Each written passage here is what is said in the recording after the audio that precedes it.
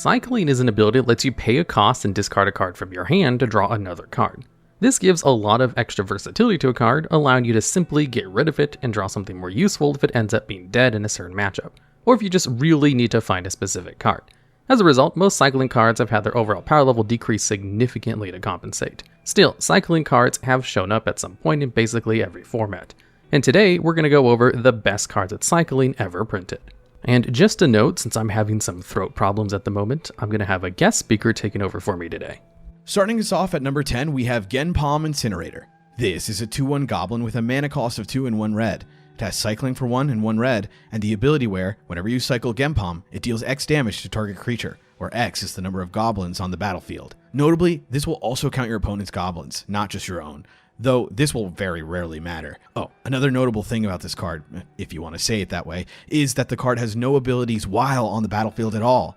Seeing as it's a very underwhelming 2/1 for 3 mana, a rate that most draft commons can outmatch, you'll very rarely be casting this card. Instead, Incinerator is mostly ever used for its cycling ability. This is the red member of a cycle of Gempalms all the way back in Legions. Each of these cards were very similar. Creatures that you could cycle for an effect that worked with a creature type associated with their color. They were all bad bodies for their cost, so you'd mostly just use them as instants that worked in a roundabout way.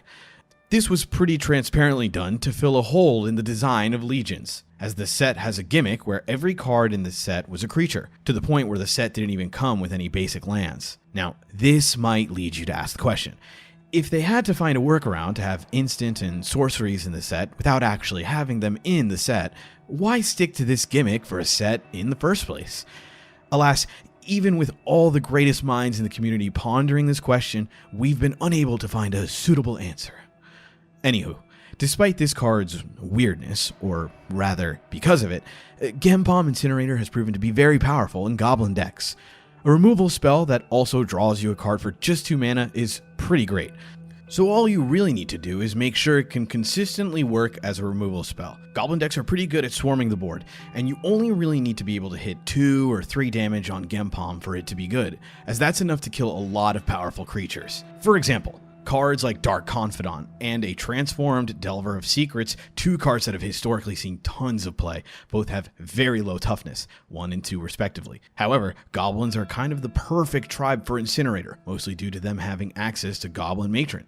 This is a 1/1 goblin for 2 and 1 red, with the powerful ability to tutor any goblin from your deck right into your hand whenever it enters the battlefield. This means that it can grab any of your powerful goblins, including Gempalm, whenever they're the best. This wouldn't work if Gempalm wasn't a goblin card, and if it had just been an instant or sorcery, it probably wouldn't have seen as much play. In fact, cards like Goblin Grenade, which by all accounts is a very powerful card, has seen much less play than Gempalm. Now, these are very different cards, so it's not a perfect comparison, but Grenade would almost certainly have done a lot more if you could grab it off of a matron. This isn't the only way that Incinerator being a creature helps it, however, as it also makes it a lot better against most forms of counter magic. Since the ability to burn a creature is technically a triggered ability, your normal counterspells can't hit it. Instead, you'd have to use a card like Stifle. While these aren't bad cards, they are way less common than normal counterspells. All of these attributes together has led to Gempalm Incinerator to being a staple in Goblin Legacy decks. Though it isn't the most common goblin to find in that format still, mostly due to just how powerful Legacy as a format is. A tutorable removal spell that can be an automatic 2-for-1 for just 2 mana is, amazingly, just not good enough against a big enough portion of the field to consistently see play in Legacy, rather being a bit more of a meta call for formats where creature removal is more useful. Still, while Gempalm hasn't done as much as it could, it's a big part of Goblin decks in the formats where it's legal, and would see play in Goblin decks in any format where it was made legal right away. And at number 9, we have Curator of Mysteries. This is a 4/4 Sphinx with a mana cost of 2 and 2 blue. It has flying, meaning it can't be blocked except by creatures with flying or reach. Whenever you cycle or discard another card, you scry 1, and it has cycling for 1 blue. This card synergizes really well with cycling cards. Due to how the stack works, the ability to scry 1 will actually be put onto the stack above the draw from cycling a card. meaning you'll get to make every one of your cycles much more powerful. You may look at this and expect Curator to see play in a cycling focused deck, or perhaps as the top end of an aggro deck with some cycling cards. The card did see a bit of play back in its standard format with some cycling cards, in particular a banded Sarcophagus, which lets you both draw off of all your cyclers and cast them, letting you get a ton of card advantage. However, Curator wasn't all that powerful back in its standard, nor was the deck it was played in, only seeing a few high placements in the format in large tournaments.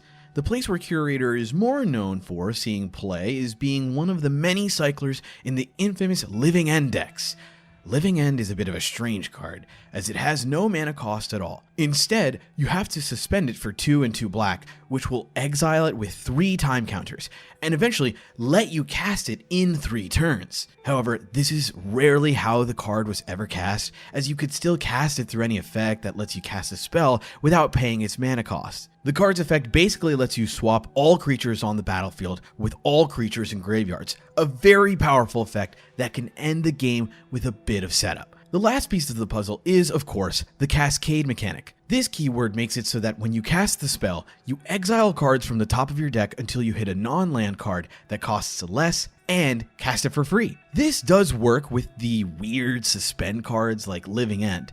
How all this comes together is you would spend the first several turns of the game just cycling expensive creatures like Curator of Mysteries, filling your graveyard with creatures. On turn 3, you could cast a Cascade spell, then go digging for a spell that costs 2 or less. However, since the deck didn't play any cards that cost less than 3 mana besides Living End, you would consistently pull out a Living End off of your Cascade spells.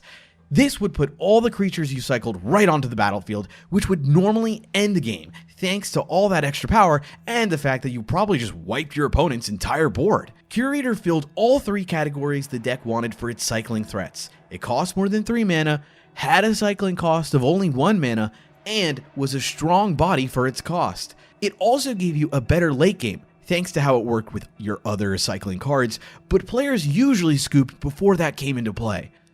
Just about any cycling card played in the deck could have made it onto this list, but Curator was chosen mostly since it also saw some more play outside of Living End decks. And at number 8, we have Censor. This is an instant with a mana cost of 1 and 1 blue. It has the effect where you counter target spell unless its controller pays 1. You can also cycle it for 1 mana. This is a side-graded version of Force Spike, a very old counterspell that's generally pretty powerful. It costs 1 extra generic mana, but has the upside of being able to be cycled. While this is a trade-off, and Force Spike is better than Censor in a lot of situations, Censor is probably the better card in slower formats like Standard and Pioneer. The thing about Force Spike is that it's really bad once your opponent has a decent amount of mana available. It's very easy to play around once you know your opponent has it available, and while you can't completely curve out in the late game, you probably won't be spending all your mana every turn anyway. This is why the card isn't really good for control decks in most formats,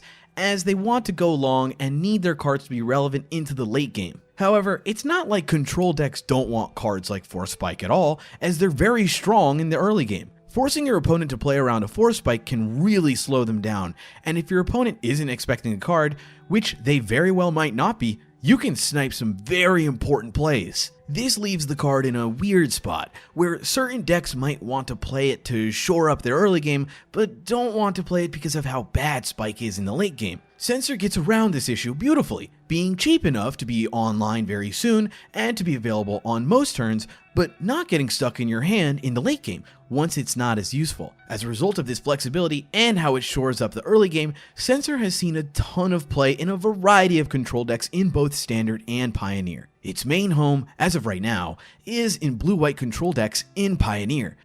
These decks rely on a variety of powerful, cheap counterspells and endgaming planeswalkers like the Wandering Emperor to take over the game. Censor is one of the many pieces of early game interaction the deck plays to slow down their opponent. Censor probably won't ever break into any other formats, as 2 mana is kind of a lot in formats like Modern and Legacy, but it will probably hold on to its niche in Pioneer for quite some time. And at number 7, we have Drannith Stinger.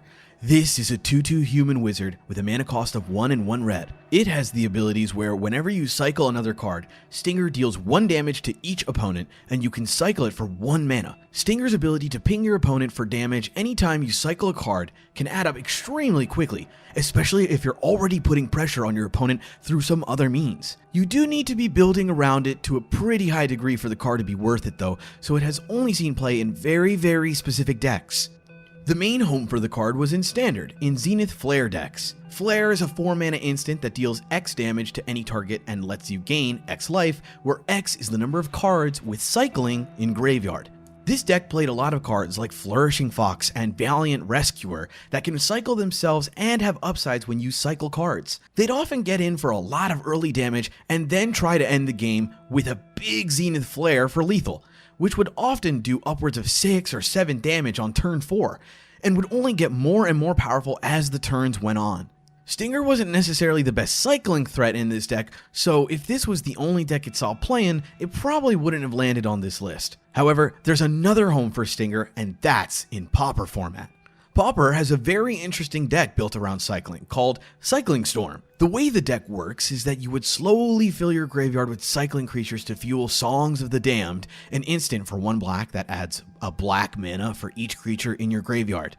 You'd use all this mana to cycle more cards and cast more spells before using Reaping the Graves, a spell with Storm, meaning it copies itself for each other spell cast this turn, that returns a creature card in your graveyard to your hand. You'd cycle all those cards again, drawing more and more cards, hopefully hitting another Songs of the Damned. And if you had Drannith Stinger on the field while you did all this, you'd be slowly whittling down their life points and soon killing them. This deck isn't exactly top tier, but it has put up some results. Stinger isn't the most powerful card ever, but it's done quite well for itself and found multiple decks where it can see play. And at number 6, we have Sweltering Suns. This is a sorcery with a mana cost of 1 and 2 red. It has the effect where it deals 3 damage to each creature, and you can cycle Suns for 3 mana. Suns has the most expensive cycling cost we've seen on a card so far, and that's for a good reason. Suns have a very powerful effect that has been good enough to see play on other cards without cycling. The prime example would be Anger of the Gods, a sorcery with the same mana cost and the effect where it deals 3, the exact same amount of damage,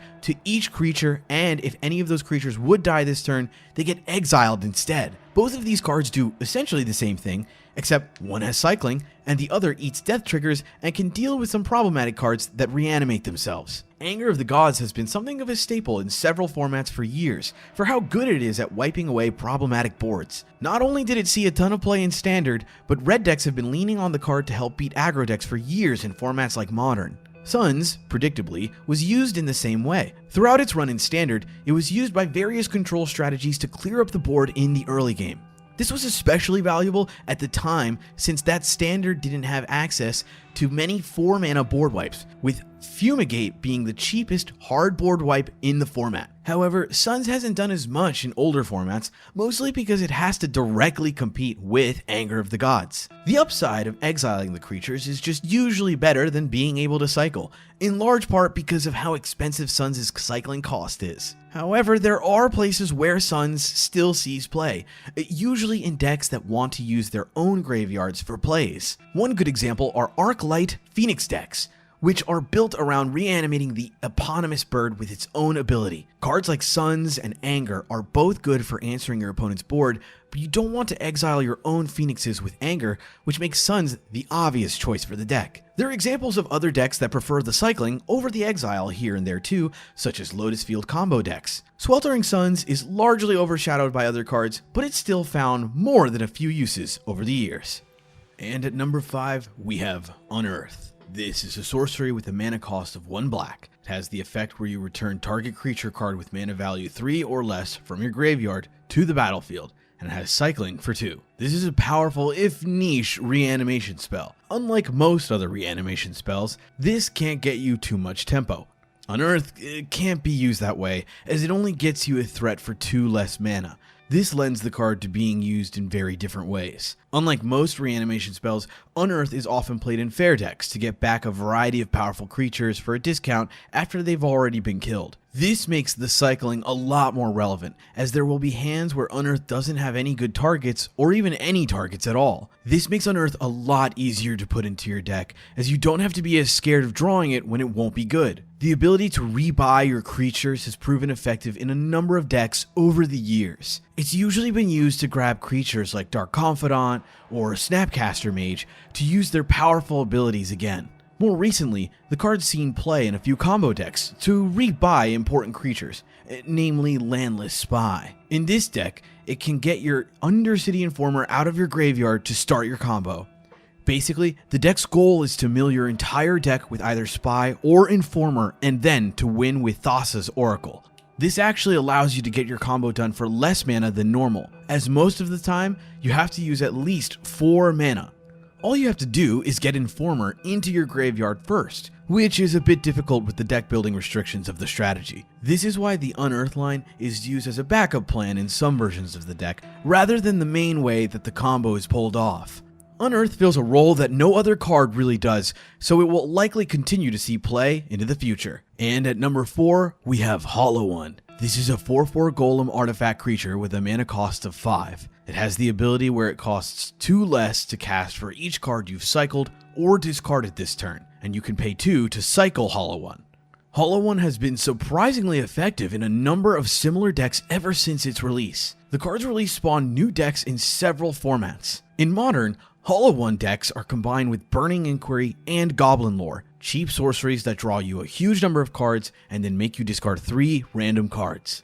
Both of these cards can let you cast Hollow One for free that turn, as long as they don't discard all your copies, that is. This means that the Hollow One decks in Modern were always a bit risky, and you had to pick and choose your moments when gambling was most valuable. Or sometimes you just had to go for it. It was a high-risk, high-reward deck, especially since it had cards like Flamewake Phoenix and Flameblade Adept to pump out even more damage. While this deck has been good in formats like Modern, the place where it's taken off the most is probably all the way back in Vintage. Vintage is the only place where the powerful Bazaar of Baghdad is legal. This is a land whose only ability is to tap to let you draw 2 cards and then discard 3 cards. If you build your deck around graveyard interactions, this ability is incredibly powerful. A single activation will also let you cast all your Hollow Ones for free. This is actually a pretty huge boon for the deck. You see, Bazaar decks are usually very reliant on their graveyard, meaning they have a very difficult time dealing with cards like Leyline of the Void, which completely shut down all graveyard interactions. The thing is, any card you discard are still considered discarded, even with a card that eats graveyards on the field. This lets Bazaar decks play the game effectively even with their graveyards turned off. Now, these kinds of effects are still very difficult for most versions of these Bazaar decks to play under, but being able to do something rather than nothing is still a big upside. Essentially, Hollow One has created new strategies and bolstered old ones alike, and will continue to see play into the future. And at number 3, we have Ketria Triome. This is a forest island mountain land, meaning it can tap for green, blue, and red mana. It enters the battlefield tapped and can be cycled for 3 mana. This card is here simply representing the entire cycle of Triomes, a group of 10 lands that all have a combination of 3 basic land types, enter tapped, and can be cycled for 3 mana. These lands basically instantly cemented themselves as staples in multiple formats after their printing, thanks in large part just to the fact that they have all 3 land types. The biggest area where this comes up is with the fetch lands, as having the basic land types makes your Triomes fetchable. Grabbing a Triome will usually fix your mana for the rest of the game, barring any interaction from your opponent.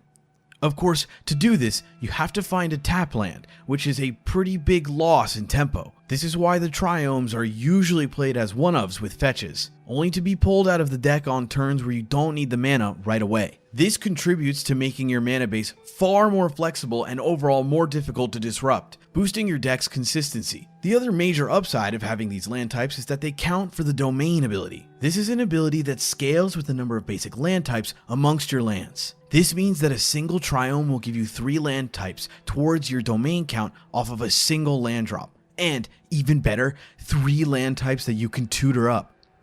By combining this with a few shock lands, you can very easily get all 5 land types on the field by turn 2. This does a lot to power up your territorial Kavu and Leyline Binding, making them very powerful spells. This has not only led to various Triomes seeing play in decks like Domain Zoo, but many 4 and 5 color decks have started splashing Leyline Binding just because of how easy it is to make it cost 1 or 2 mana. The Triomes even see play in Pioneer, a format without fetch lands, showing that their ability to tap for so many colors of mana and cycle is good all on its own. And at number 2, we have Street Wraith.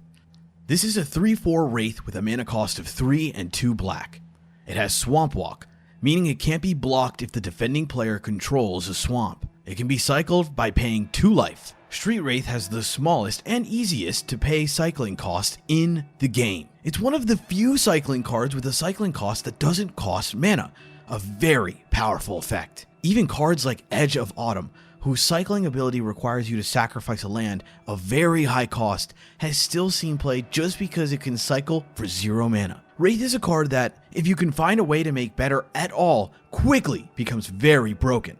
Getting to have a smaller deck and draw the cards you want more consistently is a pretty big benefit, and the 2 life is just barely a big enough cost that decks don't want to give it up to have a more consistent deck. But if you can get a bit more out of cycling the card, it suddenly becomes very powerful. One deck that it sees play in is the aforementioned Living End deck, where it both puts out more power and helps you find your cascade spells more easily. The card is also very powerful in Death Shadow decks. Shadow is a 13/13 for 1 black mana, but it gets -X/-X, where X is your life total. This makes it a fantastic threat if you can deal a sizable amount of self damage. In this deck, Wraith is basically a free pump to your shadows. It doesn't cost mana, and draws you a card to replace itself, taking away basically any downside the card has. The final place you'll commonly see Wraith played is in various Doomsday combo decks.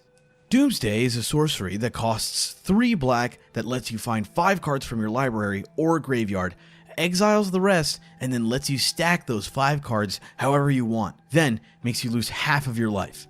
Street Wraith is a very helpful part of these Doomsday piles, essentially letting you only stack your deck with 4 cards, letting you empty out your library more easily for the Thassa's Oracle win. Wraith will probably find even more places to see play in as more combo decks come out, and there are more ways to utilize the card. However, there's one card that's recently overtaken even this powerful spell in terms of how much play it's been seeing.